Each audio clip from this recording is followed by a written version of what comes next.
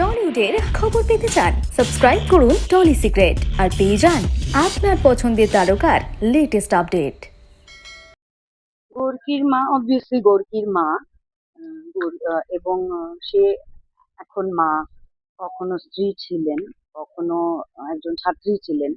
তো ওর এই টাইম স্প্যানে ধীরে ধীরে মূল্যবোধ যে বাড়তে থাকে, বা ওর যে আদর্শ, ওর যে মূল্যবোধ, সে ছাত্রাবস্থা থেকে যখন সে মা হয়েছে কতটা তার ট্রান্সফরমেশন হয়েছে, বা সে কতটা গোড়া সেই মূল্যবোধের প্রতি, এবং সেই আদর্শে ছেলেকে বড় করতে চায়, এবং ফাইনালি কি হয় সেটা নিয়ে গল্পটা।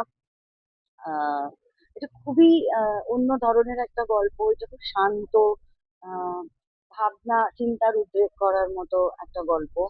নাথিং ফাস্ট পেস্ট, খুব ঝিসুম ঝুসুম নয় সেরকম, মানে একটা, ওটা নিজস্ব একটা শান্ত গতি আছে এই জিনিসটা। আর সেটা মানুষকে ভাবতে সাহায্য করবে আমার মনে হয়, সেটাই বিউটি। কারণ এখন সবকিছু এত ফাস্ট, এত স্মার্ট অ্যান্ড গ্লসি। এটা smartness is in the content. আর মেকিংটা বা ভিজুয়ালটা খুব শান্ত, পরিশীলিত, মার্জিত। আমার সেটা লেগেছে। এবং এছাড়াও সৌরভ দার সাথে প্রথমবার কাজ করেছি। How is he off camera?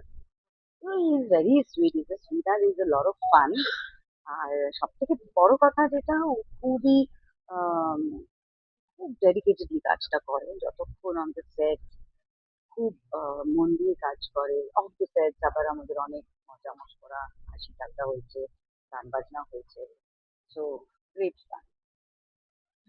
Thank you.